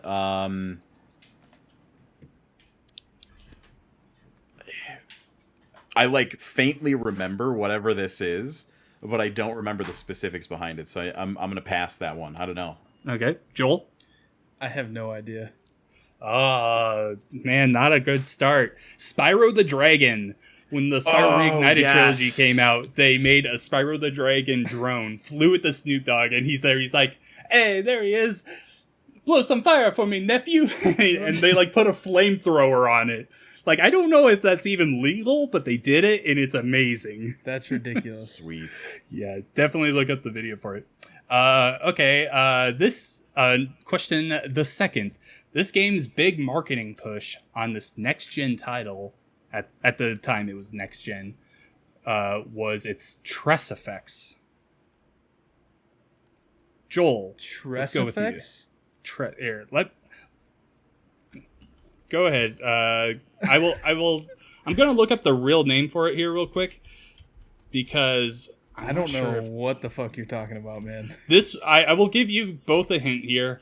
This is a game that originally released on 360 and PS3, but it came to PS4 and Xbox One, and this was like the big thing for selling the game. So, is it a pass? Yeah, I don't know what the fuck a Tress effect is, so... Connor? Yeah, you've got me. Can you define Tress effect for us? Tress effects is... Okay, yes, it is called Tress effects. Tress FX. Okay? It makes it so the hair movement is more natural. Sure. More... Buzzer. Buzz. Buzz. All right. Is it Connor? Witcher 3? Joel, do you have anything? Nothing. Wrong, Connor. It was Tomb Raider, the definitive edition. Sure. Okay. All right. Well, I was thinking of the NVIDIA Hairworks in Witcher 3. That was a big thing back then, too. Gotcha. All right. This one's a little easier. I expect both of you to get this. Starting with Connor. This game maybe took over the title or the crown as the best-selling video game ever. Oh, Grand Theft Auto 5. Joel? Minecraft. It's Minecraft. That's 1 point for Joel. Okay, you said maybe. What does that mean? What does maybe mean? So, maybe because I believe it did. So, Tetris... Wait, what? What do you mean? Hold on. That's a definitive metric. That's a definitive metric. You can literally look this up. Shut up. All right? Because people include every single version of Tetris as one game. So a lot of people consider that as the best-selling game ever. I don't consider it that. Yeah. You see what I mean? I call bullshit, but okay, move on. And the Grand Theft Auto records were first to 1 billion within like 3 days. Yeah, but isn't it like top 3 or something on highest selling of all time? It's up there. Yeah, sure. But make me feel better with another one. Give me a better question. Okay. Well, first we're going to Joel here. Oh, this is a very easy one. You're both gonna get this. This game was announced in 2012 and might release in 2020. I have no idea. Is it Cyberpunk? Buzz. Connor. Cyberpunk 2077. Yes, okay. That was announced in 2012? It was announced in 2012. Jesus. That's a point for both of you. Oh, man. If you got that one wrong, Joel. All right. Now the Connor. How many Xbox 360 games are backwards compatible on the Xbox One as of today? And for this one, I will say... Closest number gets it? Closest number gets it. Yes. Okay. 900. Joel? 901. No! Connor gets it because it is 577. I tried to price is right, Connor. Yeah, you did. I was worried. All right. Same rule set here. How many original Xbox games are playable on Xbox One? We'll start with Joel. How many original? Yep. I'm going to guess 100. Connor? 30. Connor gets it again. It is 42. Yeah. I knew it was low. I knew it wasn't a lot. All right. Last one here for the general trivia. What is the terminology EA uses for microtransactions? Start with Connor. What do they call microtransactions? They don't call it loot boxes. They don't call it microtransactions. They call it something else. God, I know this one.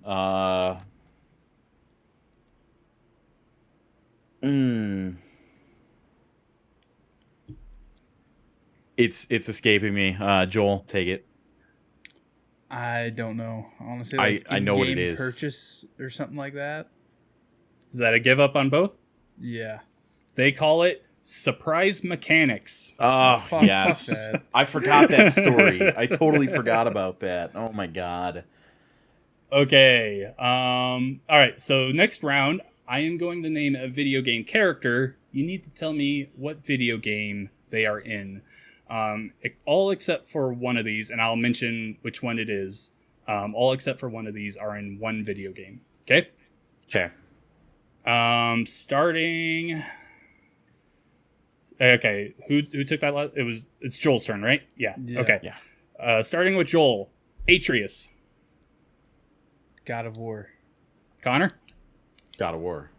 Yep, that's starting out easy here. Connor, Trevor Phillips. Grand Theft Auto 5. Joel. GTA 5. Yep. Okay, Madeline. Joel. Celeste. Connor. Celeste, yeah. Yep, okay. Here's a little tougher one. Connor, Baroness von Bonbon. Can you repeat that? Baroness von Bonbon. Oh, that sounds like a Borderlands character. I'm going to say Borderlands. Joel. Pass. It is Cuphead. Oh, sure. Okay, yeah. She's okay. the pink lady that throws out like candy and sweets, and I'm has not the good castle. enough to beat Cuphead, so. Joel. Kiro.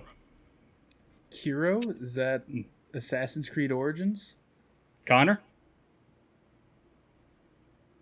Can you spell it? Kuro.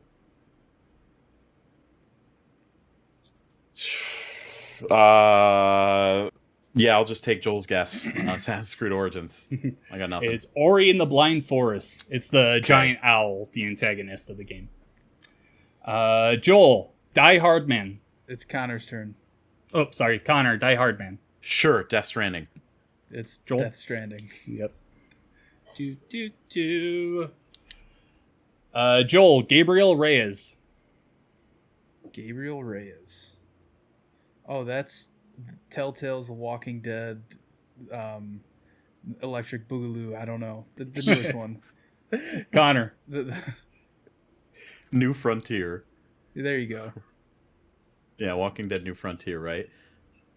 Wrong. Overwatch. It is Reaper. Oh, shit. I knew that guy's name in Walking Dead is Gabriel, wasn't it? Isn't it Gabe or something? That sounds right. Yeah. I don't know what guy you're talking about. The guy who Gabriel was like Reyes. the ex-baseball player in The Walking Dead. Oh no, I don't think it's Gabriel. Well, I don't know. I don't think that's his name. It would be funny if his name was Gabriel Reyes, and we That would be. We were both right. At the end of this, if they're, I don't know. Look it up while I ask this one. Whose turn is it? Connor's? Yes. Yeah. Okay. Natalie Paquette.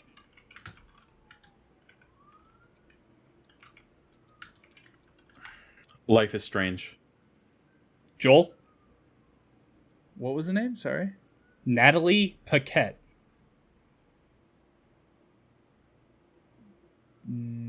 Pass.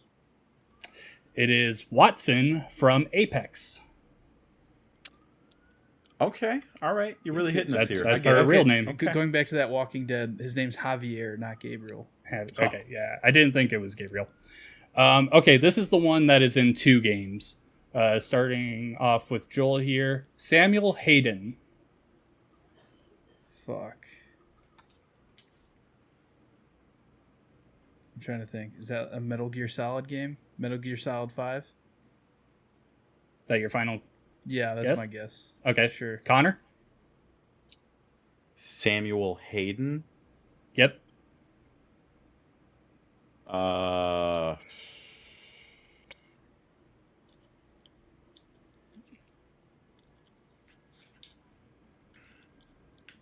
It's a Lego game. Nope. He's the robot guy from Doom and Doom Eternal. I didn't play either of those. Yeah, that makes sense. I played Doom. Gotcha. I remember that. Okay, Connor. Dylan Faden. Oh, Control. Joel? Control. Yep. I totally just stole Connor's answer because I did not play it. He was very confident in it. Joel, Joseph Seed. Joseph Seed. Is that a Resident Evil game? I don't know. You're going with Resident Evil? That's Far Cry 5. Connor? Far Cry 5. Yep. All right. Damn, I was hoping you wouldn't get it. Pulled that one around. You guys did all right there. Okay, now we're going into the last section here, and for this one, you're going to name off a certain list that I say. For this one, we'll rotate back and forth. You'll each give one guess. Sound good? Okay. All right. So starting off here, name every Call of Duty game to release this gen. We'll start with Connor. So just give one guess. Sure. World War II. Good. Ghost. Yes. Ghost. Yes. Black Connor. Ops 3. Yes. Infinite. Joel? Infinite Warfare. Yes. Connor. Black Ops 4. Yes. Joel. Modern Warfare. Yes. Connor. Can I just rule out the other easy one, Black Ops Cold War? That counts. Yep, we are. If it has released or it is releasing, we're counting them. Okay. Joel. That's a cop out, man. I'm calling bullshit. It's a Connor cop out. That's the one he was gonna take. That's why he's mad. It's a Connor cop out. The way you phrase it is every Call of Duty that is out this generation has come out this generation. That game has not come out this All right, generation. we're taking 1 point away from Joel for arguing. I don't think there is any others. I'm trying to think. There are. Let me count. One You second. already said Joel's World War turn? II. Yeah. There is 3 more. 3 more. There was Black Ops 3, Black Ops 4. I already said named Infinite them. Warfare. Connor said World War II. We said Modern Warfare, and we said the one that's coming out. Sure. Okay. Hold on. I'm trying to think. There was Ghosts. We already said that. There's the fucking Kevin Spacey one. I don't know which one that was. Probably Infinite Warfare. I don't know Call of Duty that well. There is one very easy one you're both missing here. I can go. I'm just waiting for him to pass. Are you passing, Joel? No, I refuse to pass. I right. do not yield my time. We'll be here all night. Call of Duty, yes, is a game. There have been many Call of Duty games in the past.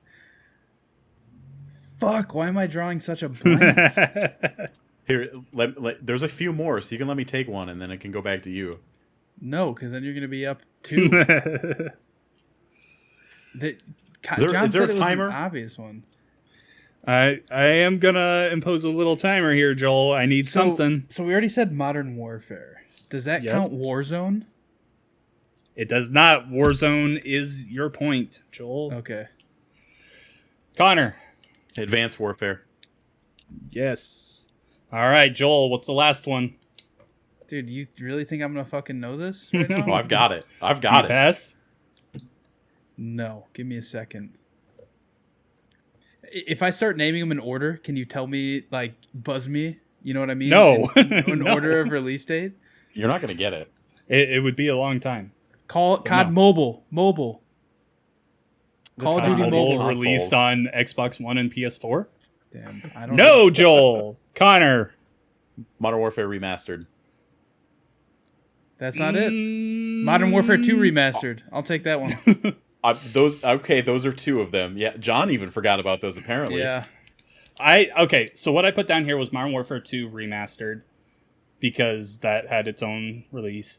Modern Warfare 1 had its I own will give release? you both. I will give you both an extra point because Modern Warfare 1 did get its own release, but I was thinking of it as Infinite Warfare's add-on. Remember how that was? Sure. That's how forgot. it started. I did forget that it got its own release, so I will give you both a point. All right. Good job. All right. So now, this one is going to be a real doozy. Name every Resident Evil video game to release and re-release this generation. Oh, I've got this. Yeah. All right. Who's starting? I think we started with you last time, so it's Joel's turn. All right, fine. Resident Evil 7. Yes, Connor. Resident Evil 2 remake. Yes, Joel. Resident Evil 3 remake. Yes, Connor. Resident Evil Origins Collection. Yes, Joel. I want to say, wasn't there a Resident Evil 4 remaster that came out? Yes, Connor.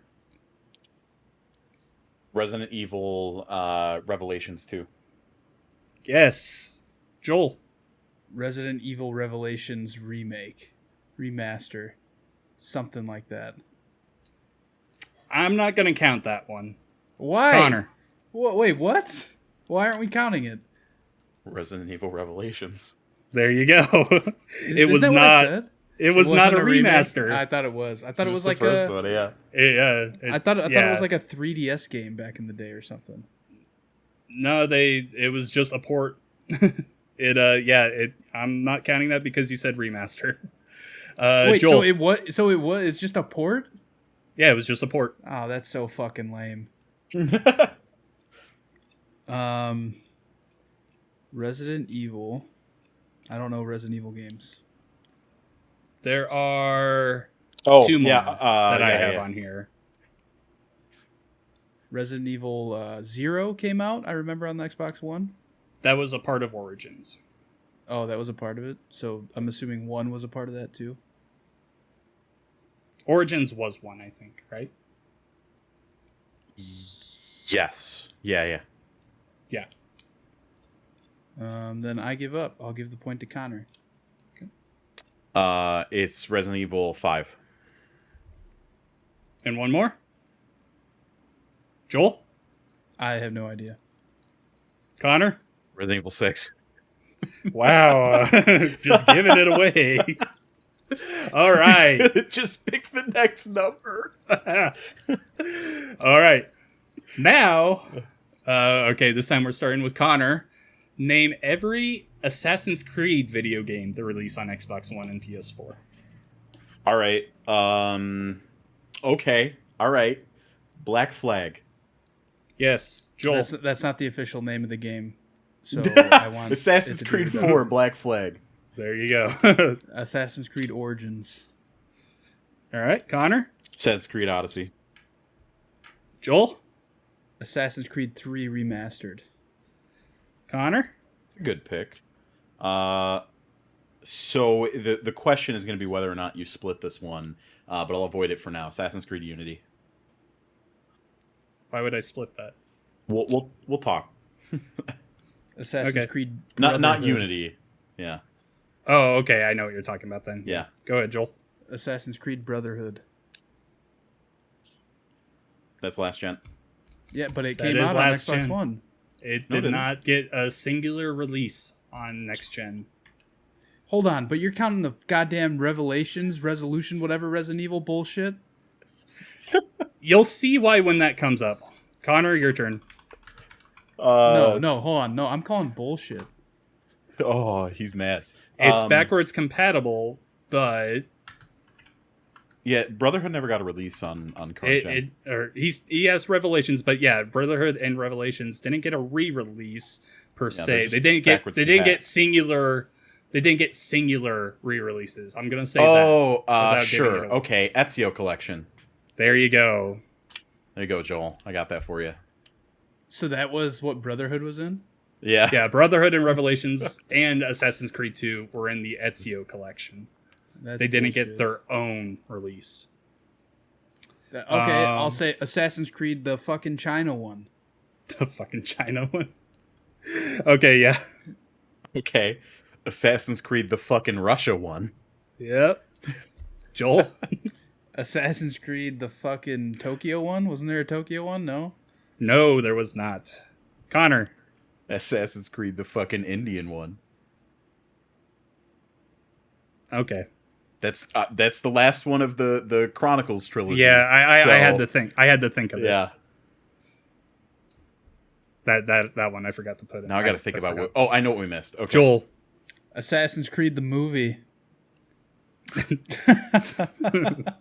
Technically playable on current generation. I will give you a not half wrong. point. You know what? You Give get him a half full point. Fuck it. Okay, all right. Connor has conceded the full point. I have. Connor. That's a good answer. Assassin's Creed Syndicate. There you go. Joel. Is there another one? There are two more. Uh-oh. Two more. We're Assassin's in Creed trouble. Valhalla. Yep. Sure. Okay. One more, Connor.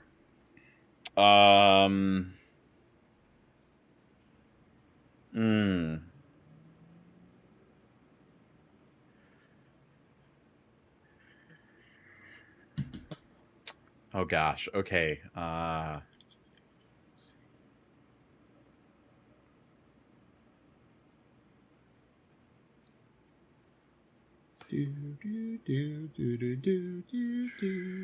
Rest in peace, Alex Trebek. We'll really miss you. I pass for now. I'm gonna do some more thinking. Joel can have a try though. Joel, you got it? No, I'm gonna pass. Just give us the answer, John. Oh no! Hang on! Don't do that yet. No, because I No, I we're know not it. gonna Hang fucking on. sit here all day for a goddamn point. Give us the answer. Give me 10 seconds, okay? We've been going for an hour 10, and 45 minutes. 9, 8, 7. Yeah, I don't got it. 6. Go ahead. Assassin's Creed Rogue got a re-release last year. Sure. All right. Okay. All right. There's two more here. The first one we'll do is name every Game Awards Game of the Year except 2017. So I will tell you that this. Crap! I forgot to put down the year. I'm counting. 1 second here. So since 2014, except for 2017, which was Breath of the Wild, every Game of the Year winner. Okay.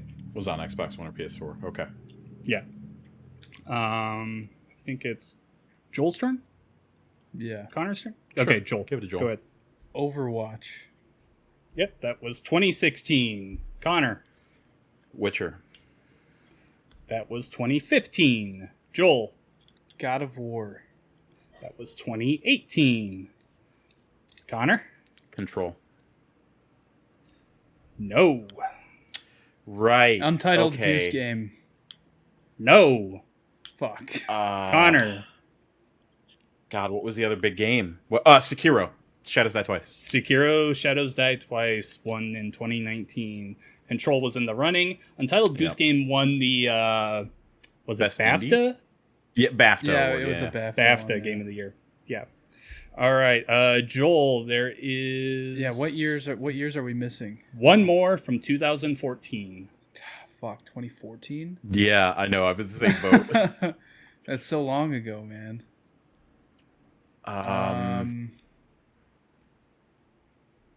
2014. We were just talking about what games came out too. Mm-hmm. And we definitely mentioned it. Oh man. Okay, I've got to guess. Not your turn yet. I know. I've got to guess. I'm trying to think of what games came out in 2014. That was like right at Sunset Overdrive? No. No. Connor. I got to make sure the year is right. On No Googling. No Googling. No. I'm not going to find no. whether or It's not I'm it going to was say that. no. All right, His fine. next Whatever. guess is Uncharted 4. No. God damn it. A very good guess, though. The Last Any of other? Us. No, that was 2013. 12 or something like that. 2012 or 2013, yeah. Connor. Last guess. Yeah.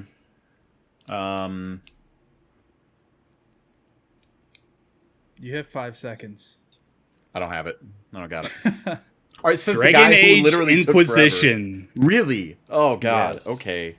All right. If anybody should have got that, it should have been me. Now, this last one is kind of just one that I really want to see you guys suffer on. I want you to name every... I want you to rank John's favorite Overwatch characters. I want you to name every Kingdom Hearts game playable on Xbox One and PS4, not including the collections. I want every single game's name. And Okay. the two cases where it is... actually, I guess technically 3 cases where it's just like a cutscene or whatever, like it's just a movie you play through, I will give a half point if you name that. Not so, happening. Connor.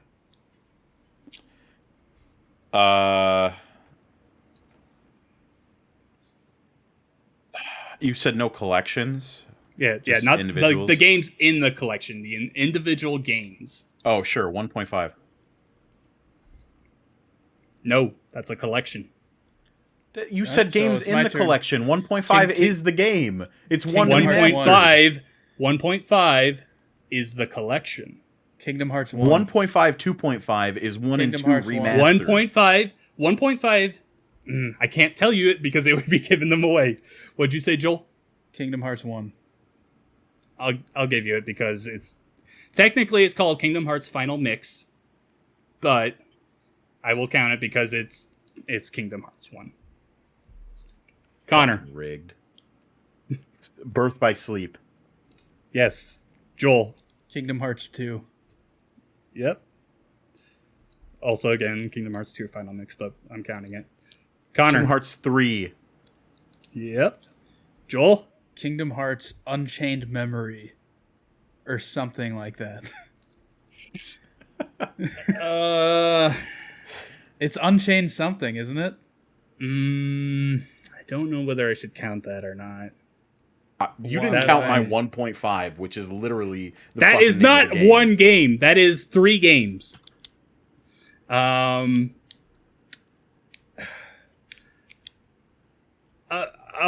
give it to you, I guess. It's called, John, you got to consider how much we're already struggling, and we've only named 3 fucking games. I'll give you it.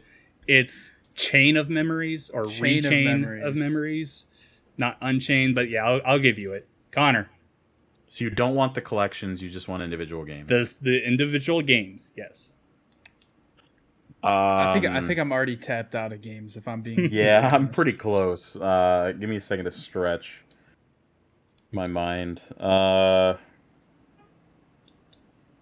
Final 2.H final chapter prologue. That is a collection again. Mine is, eat shit. Well, okay, I'd give let me up. think about this. That's more of a cut. I'll give you a half point because that's more. There is a 2.8 final. It's chapter basically prologue. a game, and then it's It's not a cutscenes. game. It's a cutscene, but there is a game kind of attached to it, but it's called something else. I will give you a half point for that because I did say the movie ones. I've got another guess. Joel's turn though. I don't think I have anything, if I'm being honest. Kingdom Hearts 1, 2, and 3. And then a whole fuck ton of spin-offs. Does that count? Do I get a half point for that? No. Kingdom Hearts play as Aqua. What's it called though? Which one is that? I don't know, but you play as Aqua. All right, You don't have to answer. I'm right. calling this. We're almost at 2 hours. Okay. Just start listing these games. We'll name it off here. All right, the one that you play as Aqua is called Kingdom Hearts 0.2 Birth by Sleep, a fragmentary passage. All right, I'm going to tell you to go fuck yourself. There is Kingdom Can John Hearts. never be the quizmaster ever Kingdom again? Hearts 3D Dream Drop Distance. Kingdom Hearts Melody of Memory, which is releasing this week. And then the half games are Kingdom Hearts Coded and Kingdom Hearts 358 over 2 days. I was going to say that 358 one, but I thought that was DS only. I didn't realize it got a re-release. It was one of the half ones. It was just a movie. So, All right. counting up the score here quick. 6. Joel has 26. Connor has 31 and a half. Connor is your quiz champion. And Joel sucks, and he's now being kicked off his own podcast. You get nothing. Huh. You get All right. Out of here then. I'm done. Well, that concludes probably the longest episode of the Pixel Street podcast to date, episode 119. It was fun, though.